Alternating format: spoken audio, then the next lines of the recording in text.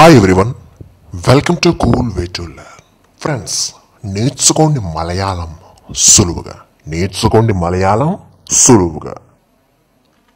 మలయాళంలో చిన్న చిన్న పదాలు. పార్ట్ 4 వెళ్దామా? రండి. పండుగ అనే తెలుగు పదాన్ని తీసుకున్నాం అనుకోండి, దీని మలయాళంలో ఆకోశం అని చెబుతారు. కొన్ని అనే తెలుగు పదాన్ని తీసుకున్నాం అనుకోండి, దీన్ని మలయాళంలో చిల.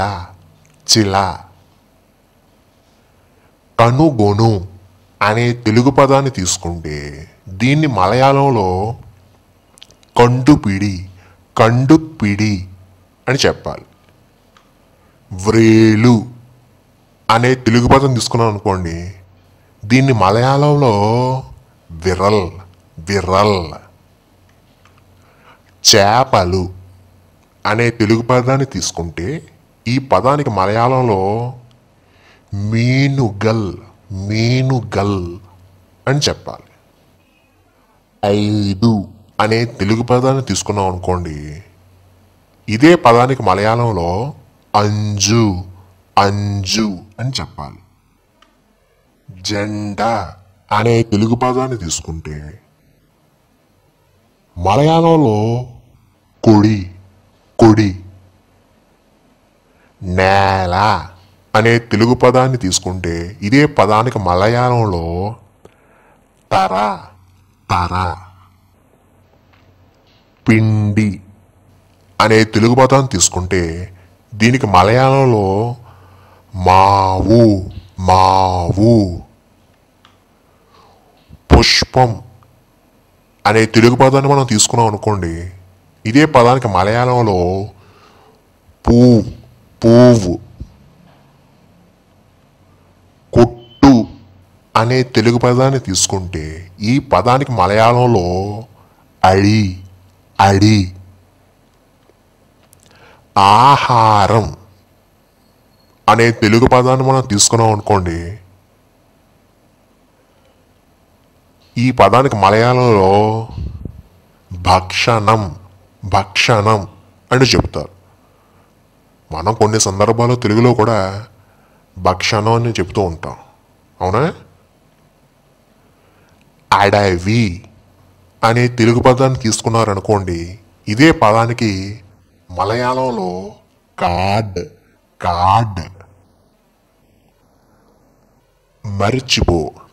మర్చిపో అనే తెలుగు పదాన్ని తీసుకుంటే ఈ పదాన్ని మలయాళంలో మరక్కుగా.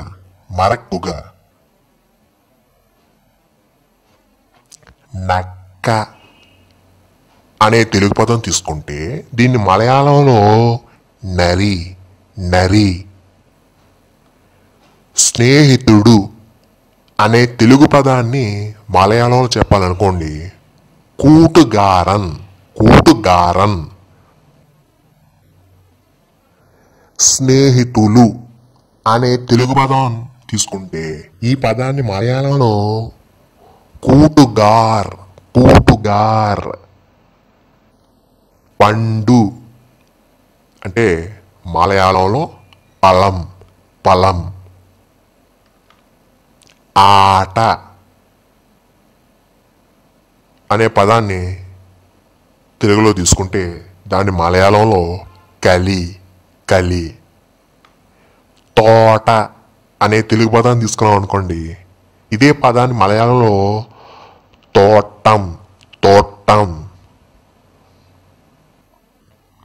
దండ అనే తెలుగు పదాన్ని తీసుకుంటే మలయాళంలో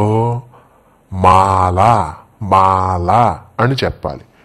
సాధారణంగా మనం కూడా తెలుగులో కొన్ని సందర్భాల్లో మాల అని అంటూ ఉంటాం కదా, అలాగే మలయాళీస్ కూడా నెయ్యి అని మనం తెలుగులో తీసుకున్నాం అనుకున్న పదాన్ని మలయాళంలో నెయ్యి అని చెప్పాలి.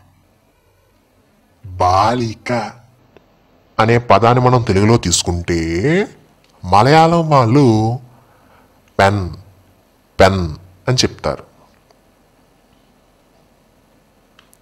ఇవ్వు అనే అని మనం తెలుగులో తీసుకున్నాం అనుకోండి పదాన్ని, ఇదే పదాన్ని మలయాళంలో కొడుకుగా కొడుకుగా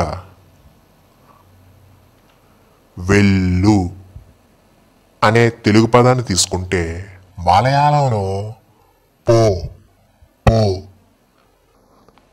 గాలి అనే తెలుగు పదాన్ని తీసుకున్నాం అనుకోండి, మలయాళంలో కాట్ కాట్. దేవుడు అని మనం తెలుగులో చెబితే మలయాళంలో దైవం దైవం అని చెబుతారు. మనం కూడా కొన్ని సందర్భాల్లో దైవం అని అంటుంటాంగా. బంగారం అనే తెలుగు పదాన్ని తీసుకుంటే ఇదే పదాన్ని మలయాళంలో స్వర్ణం స్వర్ణం అని చెబుతారు. మనం కూడా స్వర్ణం అని కొన్ని సందర్భాలు అంటుంటాంగా.